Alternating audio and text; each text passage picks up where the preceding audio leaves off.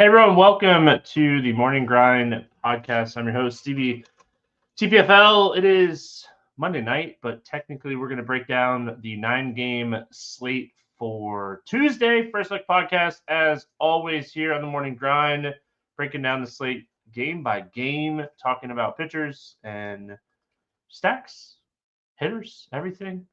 Watching my Gators play really bad in the first half. Sweating that out. I'll try my best not to yell at my TV while watching and doing the podcast. So try not to get too distracted either. So what's up, chat? Yeezy, Dave, Derek, Todd, D. Johnson. Hope everyone's having a fantastic Monday night. As far as like Monday Night Baseball goes for me, it's really interesting slate because like a lot of my bats and a lot of my like stuff is like going on these late games. So really don't know where I'm at yet for Monday night slate. So really quick before we get into breaking these games down, just want to give a shout out to Hunter Forever here. He's one of our weekend NHL guys. And he had a huge weekend in NASCAR and sent over an awesome tip for the morning grind. So if you want to support the show, you can leave a super chat here on YouTube or a thank you on YouTube or on my Twitter. There is a tip button as well. So that's how you can support the show. Don't feel like you have to, but if you want to, I appreciate it. Let's get into this slate. We got 9 games. So really quick, it was a 10-game slate, but they moved the Miami New York Mets game to 4 p.m. So that game's off the slate. I know FanDuel hasn't mentioned it yet, but I assume FanDuel does the same as DraftKings and just doesn't give points to that game. So don't want to play players from that game because Eovaldi wasn't great. It was weird because the weather was really close to what we kind of expected when we were talking about it last night. Cold. He just couldn't get going. Steele looked really good in that game. He had a really good outing. Not great. And let's it's not again. I'm trying not to get distracted by the basketball game, but it's going to happen a lot. I'm sorry ahead of time. If you guys don't know, I'm a Gator, so obviously rooting very heavily here for my Gators to win this game. So Steele was awesome. Yeah, Justin Steele pitched really good tonight. I think he only gave a couple hits or a few hits, but overall he played really, really well, or pitched really, really well. All right, let's get into it. Angels, Rays, 8 total in this game. Tampa, a 170 favorite. Kyle Hendricks against Shane Baz. We'll start here with Kyle Hendricks. I think that Hendricks might be the worst pitcher on the slate. I don't know if I'd go that far, but I mean, he has just not been great. His advanced stats look even worse. He's getting hit very hard. He's missing very little bats. Still has like a really solid changeup as like a whiff pitch, but I mean, he's just not missing any bats. He's throwing like 86 miles an hour now, down almost a whole mile and a half lower than last season. So I think this is one of those spots where we're not playing Hendricks. This ballpark seems very hitter friendly from what we've seen so far. So no interest in Kyle Hendricks for me. Shane Baz on the other side of this game looked really well in his first start against Pittsburgh. Pitched way better than I think a lot of us were kind of expecting in that game.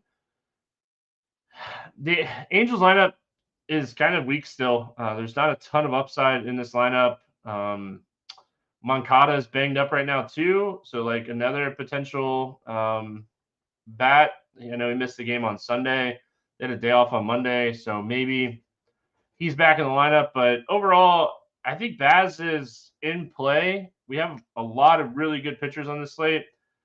I had Baz ranked below Clay Holmes, but now that like Clay Holmes is kind of ranked or out because that game got moved, kind of like Shane Baz. I think he's in play. I think Tampa, good spot. I think they're going to score some runs here. This should be one of the better hitting conditions on the slate. Like, if you're just looking at, it's Florida, it's 85 degrees outside, and this ballpark seems very hitter friendly. So yeah, no issues taking some shots here on Shane Baz. He's 8,600. I think it's fair. Angels bats. I mean, okay, you can always play Mike Trout. Always. Mike Trout is still, when healthy, one of the best hitters in baseball.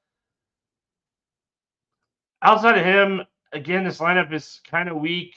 What we saw from Baz last year was he struggles with lefties. So that's the problem, right? The Angels don't really have a lot of power lefties. Renifo is not a power lefty. So, I mean, again, one of the reasons that I like Shane Baz here is this is a very left-handed heavy or right-handed heavy lineup. And I mean, where Baz struggles is lefty. So going to the other side, the Tampa side. I mean, I like Tampa a lot today. They're a top stack for me. They are still pretty cheap across the industry. Kyle Hendricks, really low strikeout pitcher, like I mentioned. His advanced stats last year were awful. His velocity is way down. He's not going to miss bats. They're going to hit him here. So when I'm looking at this Tampa lineup, Brandon Lau, Arnanda, guys that I really like. If Jake Magnum, I mean, the guy keeps getting on base. He has a ton of speed. So he's obviously someone that I like here. Diaz hitting leadoff is not my favorite, but I think he's always in play. I like Tampa. They're a stack that I definitely want to get some exposure to on this slate. Philadelphia at Atlanta, 7 total in this game. Atlanta, a slight 120 favorite. We have Zach Wheeler against Chris Sale. In this one, obviously, two of the better pitchers in baseball. Should be a really good pitching matchup here. Zach Wheeler, always someone that I like. Strikeout rate is huge. The Braves have plenty of strikeouts in this lineup. He's expensive, but I mean, he threw 105 pitches last time out against Colorado. He has a 41% K rate through his first 2 starts. He's looked awesome. His whiff rate is up. His swinging strike rate is up. I don't expect it to stay as high as it is, but I think that this is a spot when we're looking at Wheeler facing this Braves team. I mean, we expect Atlanta to be better than they are right now. But yeah, I mean, this lineup, even if you look at dating back to last year, this lineup, bottom half of this lineup is really bad. But the strikeouts, there's a ton of strikeouts in this lineup. So I think Wheeler very much in play here today. Chris Sale on the other side. Chris Sale is so good against lefties, so that takes out 2 of the better bats for Philadelphia with Schwarber and Harper. Chris Sale is very good. He's 9,300. He really hasn't had a big game yet. His command looks really good. I was looking at some of his advanced stats before the show, and I mean, a little bit of getting unlucky and a little bit of we needed that 3. We really needed that 3 right there. A little bit of getting unlucky, a little bit pitching to contact. 4-seamer, not as effective right now. He's really throwing a slider a lot, which is one of his better out pitches, so that's completely understandable. But I was looking, and his slider, it's really early in the year, but his slider, the movement on his slider is down. All the like X stats are a little bit up on his slider, so I expect that to come back towards where it was last year. Velocity is down for Sale, about 1.5 miles, mile 1.3 to 1.5 on average here. So yeah, he's taking out the good bats in the Philly lineup potentially with Schwarber and Harper. but it still worries me that, I mean, Trey Turner, Castellanos, Sosa can hit lefties towards the bottom half of that lineup. I'm never going to say I don't want to play Chris Sale because his upside is so high, but I think this is a really wait and see type of spot for him, for me anyway, because of the velocity, the slider not moving as much, that kind of stuff. But I mean, if you believe in Sale, I understand completely why you would play him in this spot. As far as the Philly bats go, I mean, I don't know if Sale's struggling enough to like stack Philly here. Castellanos 4,700. Alec Boehm is kind of off to a slow start, but I mean, they have plenty of righties in this lineup. But I mean, the guy that I'd be looking at here is Sosa. He has multiple hit games in 5 games that he started this year. He's started 5 games and he has multiple hits in all 5 games. So cheap second baseman. Second base has been kind of a wasteland this season. So I think Sosa in play. I don't really have a lot of interest in Atlanta. Again, I think this is a good spot for Wheeler. I mean, if you're going to play Atlanta, I would build around Ozuna, Olsen, and Riley. They're expensive. It's not the easiest stack for a really tough matchup. Olsen, I guess like the stack has come down, but I mean, they're definitely playable at these prices, but they're off to a really, really cold start. Texas at Chicago taking on the Cubbies. 7.5 total in this game. Taillon against Corbin. Chicago, a 155 favorite in this game. Patrick Corbin. This is his first start of the season, right? Yeah. Yeah, I mean, Patrick Corbin last season, well below average strikeout pitcher, got hit really hard against righties. Not typically somebody you want to play. I haven't looked at the weather. I'll do that really quick. See if we're going to get really bad weather. Because, like, the Cubs scored 7 runs, but the Cubs actually probably had good fantasy days. I didn't play the Cubs today, so I don't know exactly where they're at. But they had a lot of stolen bases off of Eovaldi. Something to note in the back of our heads. So the Cubs weather tomorrow, 35, 36 crosswind. So, I mean, going to be cold still. But I still don't want to play Patrick Corbin. He's not very good. So Jameson Taillon, like, the dude can't miss bats. I know he pitched really well last time out against the Athletics. I'm not a believer yet, and I probably won't be a believer. I can't do it. I can't do it. I can't do it. I can't play Jameson Taillon. So I hate the cold weather aspect of this game, but I mean, I really like this spot for both of these teams. I mean, Jameson Taillon, when he struggles, it's lefties and righties typically. So I think both of these teams are in play. Seager, Langford, Garcia, Berger, Marcus Semien. I might end up using them more as like secondary stacks than like full stacks, but I could definitely play some of these bats. We know how good Seager is. We know how good Wyatt Langford is so far in his short career. So, other side, yeah, I mean, when we're looking at this lineup against left-handed pitching, Suzuki, Dansby, Swanson pops off the list for me. Ian Happ, good, not great, not terrible. I assume like Matt Shaw will be in the lineup to give them another right-handed bat here. He's 4K over there on DraftKings. Maybe they'll give Carson Kelly a start at catcher at 3,200. He's shown some upside to start the season. We know he has a little bit of pop against left-handed pitching. Since the beginning of last year, 156 ISO, 389 WOBA for Carson Kelly. And then, like, don't forget about Kyle Tucker, lefty-lefty. He hits left-handed pitching really well, and it's Patrick Corbin. Even against lefties last year, Corbin only had a 22% K rate against lefties. he did a really good job generating ground balls against lefties last year, but still very hittable.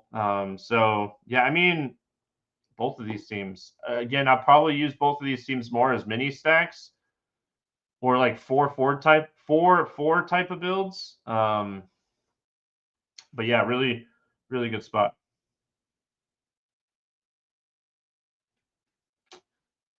Minnesota at Yeezy agrees. Tucker hits lefties well. There you go. Minnesota at Kansas City, 7.5 total in this game. The Cubs, a 155 favorite. Or did I say Cubs? Kansas City Royals. Why did I say? I looked at the Cubs name. Pablo Lopez, Cole Reagans facing off against each other here. Going to Pablo Lopez here first. I mean, I was very much on the fence on Pablo Lopez in his first start of the season, going up against the Cardinals. He pitched better against the White Sox, but not great against the White Sox. I'm not sold on Pablo Lopez yet, and I think the Kansas City lineup has some upside. I think we have plenty of pitchers to choose from today. So as of right now, I don't think I'll play a lot of Lopez. Again, I am not liking what I've seen so far from Pablo Lopez. Again, a lot of like spring training stuff that stood out to me when it came to Lopez, and I don't know, looking at his advanced stats before his last start really turned me off of him. And the velocity's fine, but I mean, some of the advanced stats, like his changeup's getting hit very hard. It's just getting hit very hard at people. And I know he's already given up 2 home runs on his changeup this year.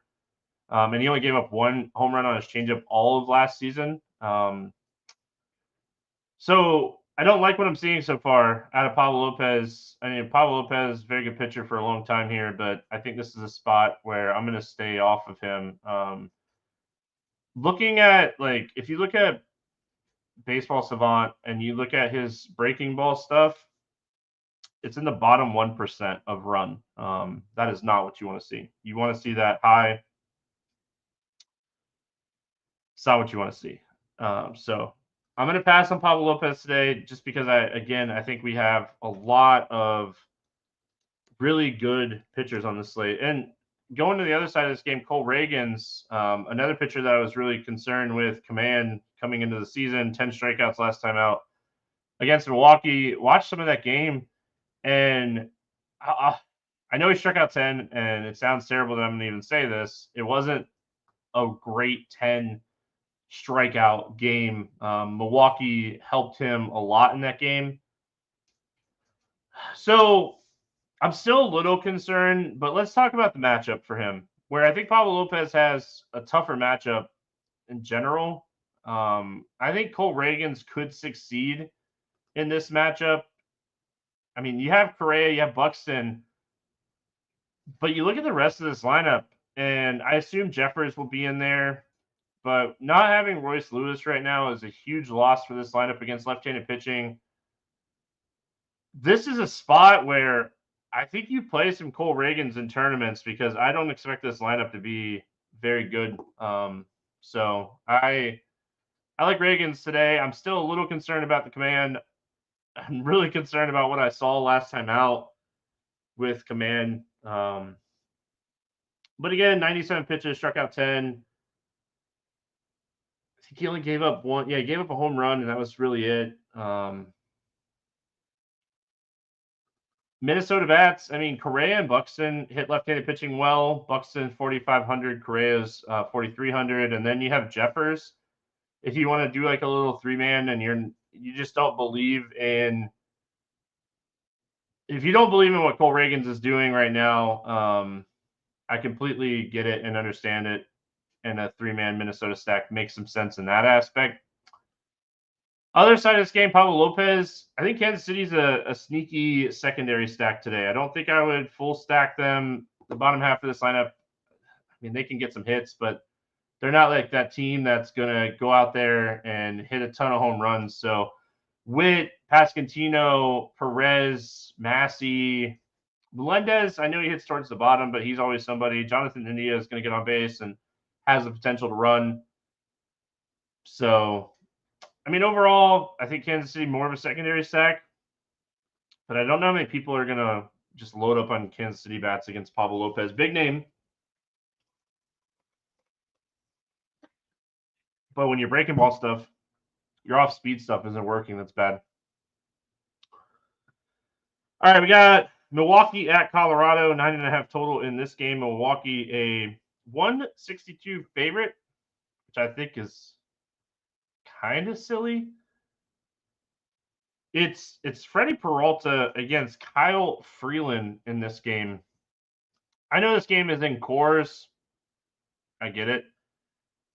I think Freddie Peralta is an excellent tournament play on this slate. I mean, it's going to be a little bit hotter in Coors than it has been. I think it's going to be like 70 at first pitch tomorrow. So that hurts like the cold aspect here. But, I mean, Freddie Peralta, really good strikeout pitcher. Back-to-back starts with 8+ strikeouts this season. We like the stuff from Peralta. Sat around 27.5% last season. His whiff rate was around 28%. It looks really similar, a little bit better than that, but it's 2 starts. So I like Peralta a lot today. I think that they really enticed us on DraftKings with Peralta's price at 7,800. So yeah, I mean, I like Peralta a lot in this spot. I'm going to play him quite a bit for pitcher pitching in Coors. Other side of this game, Kyle Freeland. I mean, I don't like Milwaukee against lefties. There's a couple bats in this lineup that we'll talk about when we go to the hitter side of this game. And I know Kyle Freeland struck out a lot against Tampa. He's pitched both of his first 2 games on the road this season.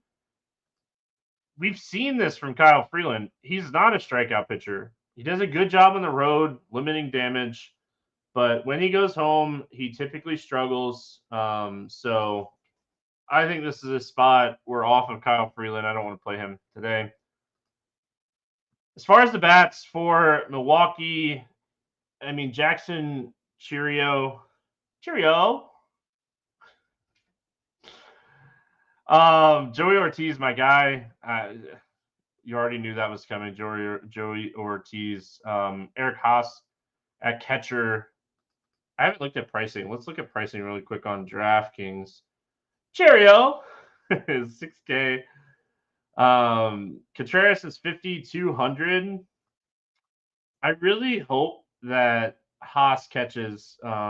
He's really solid against lefties. I know he doesn't catch every day, but maybe they'll give him the start here. We're back on the Brewers. Yeah, I mean, Ortiz is 4K. Capra, who has hit lefties in the small sample size, like let's look at Capra. Since the beginning of last season, Capra has a 222 ISO. Yeah, I mean, I'll play some Milwaukee bats here. I have no interest in the Rockies. I don't know if it's just me, but what is going on with this lineup? I mean, Doyle's decent, McMahon is good, Hunter Goodman has some pop at catcher. Just I don't know. I think this line throws me off. It's part of the 3-pick parlay for what it's worth. Like, I can already tell you that. So I don't know. I'm really thrown off by this line at minus 160 here. All right, we got Baltimore. Oh, what's happened in the Gator? What's happened in this game? Like we're making a little bit of a run here. It's 6-point game. I just looked up and it was a 12-point game, and I decided not to look back up for a minute. I'm gonna keep not looking up. Baltimore at Arizona, 9.5 pick'em game. Charlie Morton, Merrill Kelly, pick'em game in Arizona. Like we mentioned yesterday on the podcast, roof open, all systems go in this game. And one. Oh, that's good. All systems go here. I mean, this is probably my favorite game on the slate for bats. I mean, that shouldn't really shock anybody. Charlie Morton pitching here. I have absolutely no interest in Charlie Morton I know that he's had some strikeout stuff to start the season, but man, that's it. Listen, he pitched really okay against my Red Sox. 10 strikeouts, 5 earned runs. He can strike out as many as he wants if he's going to give up 9 earned runs through the first 2 starts. So, not playing Charlie Morton, and we'll talk about those Arizona bats in just a minute. Other side of this game, Merrill Kelly, not a bad pitcher, but again, this is another guy that came out of spring training, and I was like, I wrote down some notes on him, like, be very concerned, and he just got absolutely hammered by the Yankees in Yankee Stadium last start. He looked okay against the Cubs, but still, I mean, the command, I talk about this all the time. Command is such a huge factor in pitching well. If you cannot command your pitches, you're going to leave pitches over the plate. You're going to struggle. And those are the types of games that worry me a lot. They just do. So when I'm looking at this, I'm like, I can't play Merrill Kelly here. I mean, this is a game that should feature a lot of runs. Let's talk about the Baltimore Bats. This is an excellent spot for them. Merrill Kelly really struggled with lefties last year, and I mean, we get Rutschman, O'Hearn, Mullins, Henderson, all very much in play. Westberg's off to, I mean, just kind of picking up from where he was at last year. I mean, Westberg hit really well last year, kind of under the radar. So, I mean, I like this whole game. These are going to be 2 of my top 5 teams, potentially 2 of my top 3 teams. Looking at the slate as a whole, they are probably 2 of my top 3 teams here the night before. I really like San Diego. We'll talk about them when we get there. So, yeah, I mean, I like this spot a lot for Baltimore. And then on the Arizona side, stack them a ton against Eflin. I don't know where we're at with that game. I haven't checked on it at all. Getting distracted enough by the Gator game.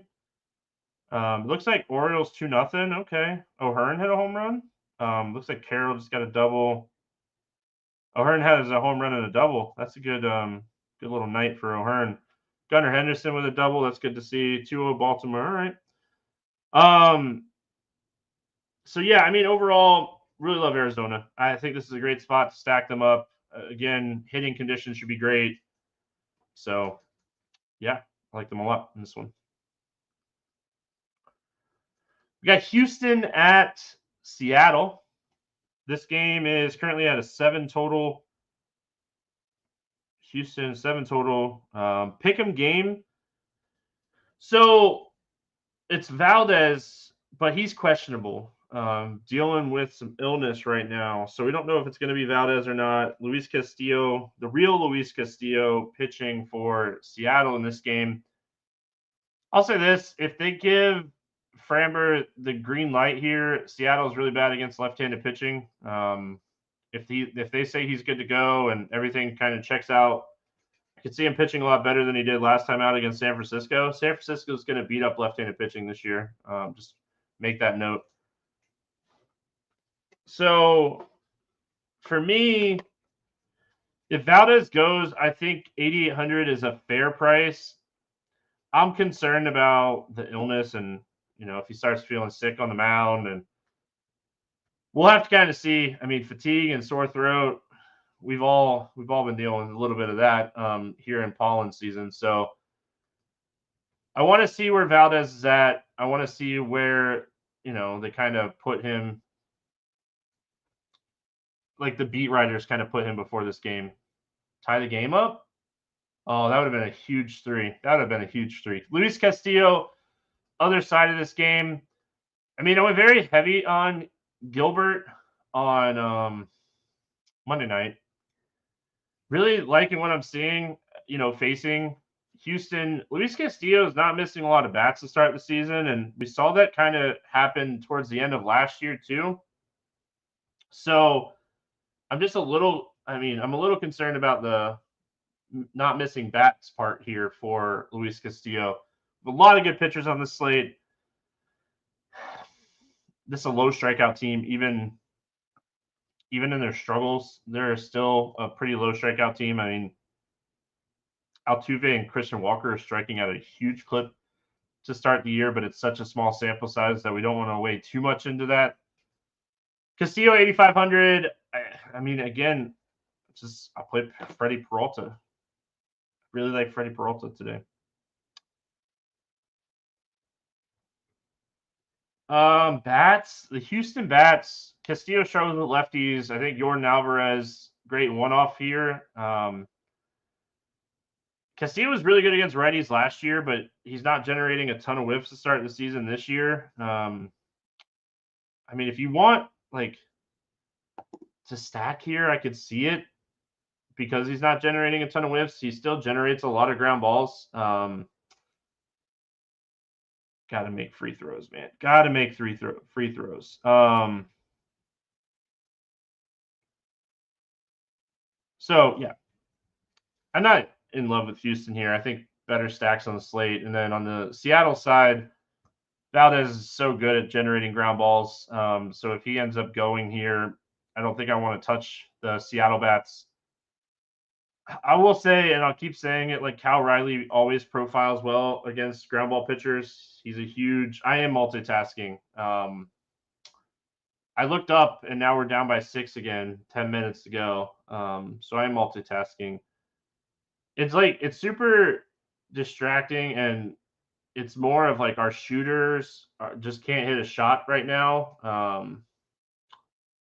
So that's what's distracting me.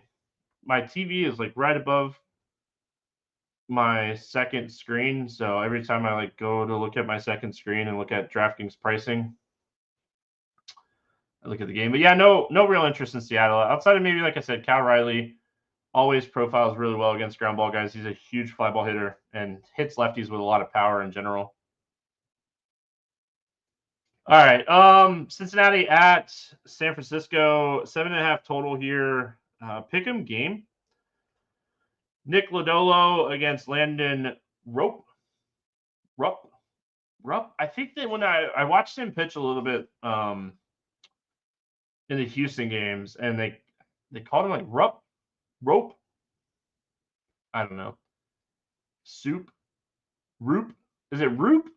I thought they called him Rupp, but Roop. All right, we'll go with Roop.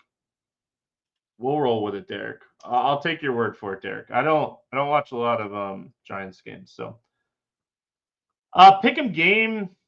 This is just one of those like really weird type of games. I hate this spot for Lodolo. I mean, Adames, Chapman, Ramos, Flores, Fitzgerald, all these guys hits left-handed pitching.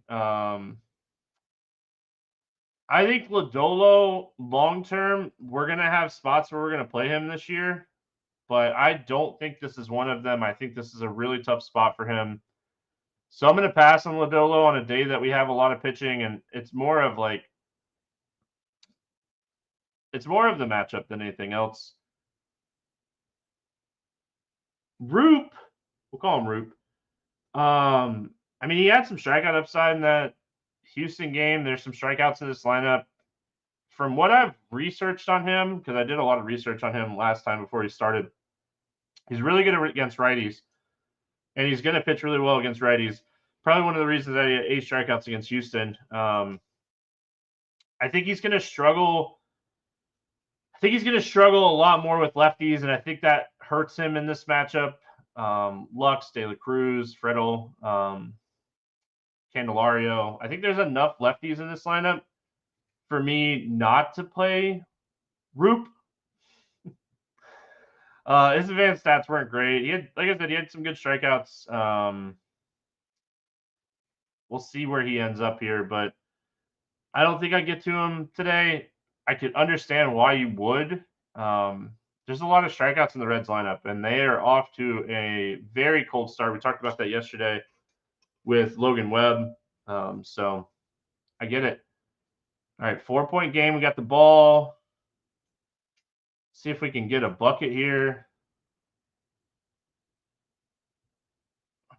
I mean, we're We're getting good looks. The Gators are getting good looks.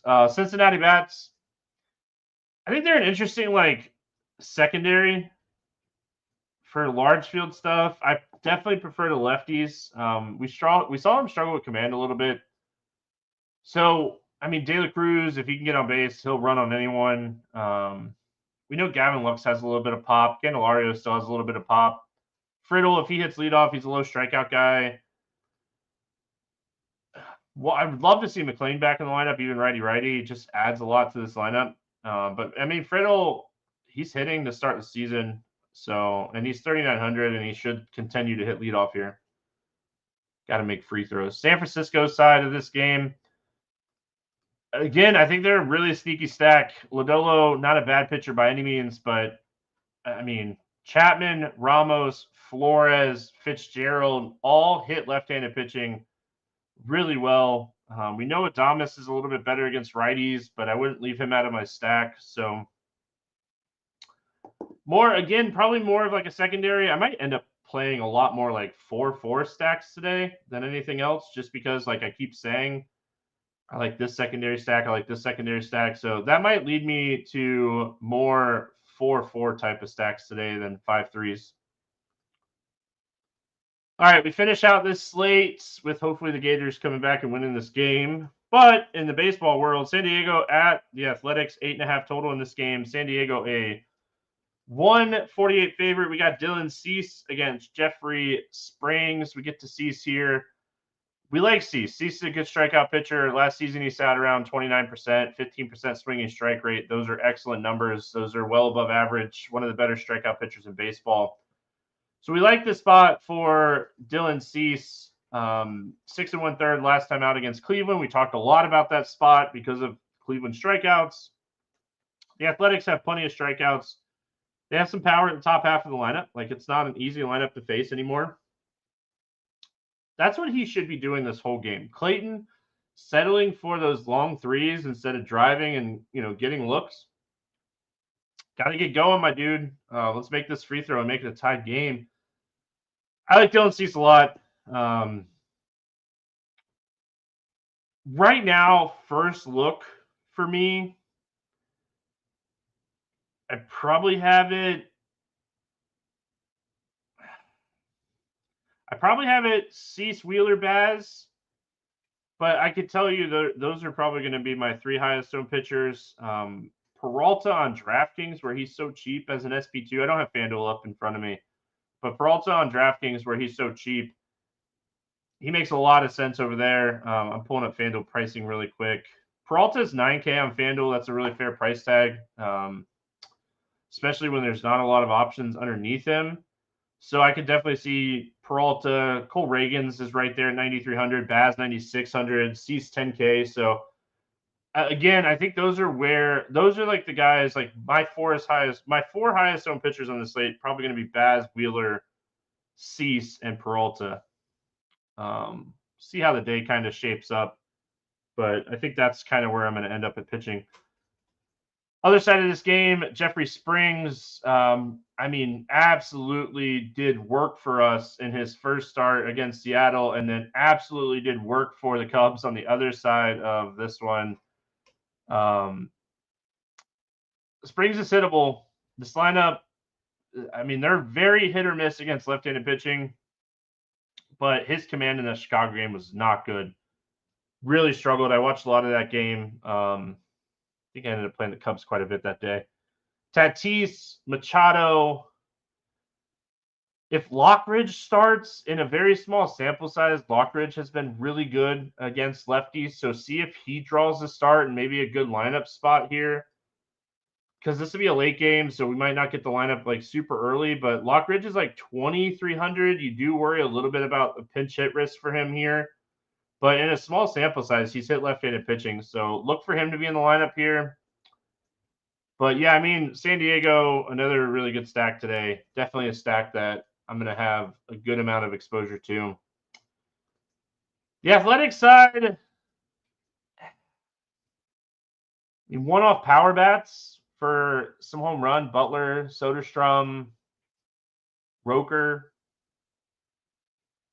Bangaliers.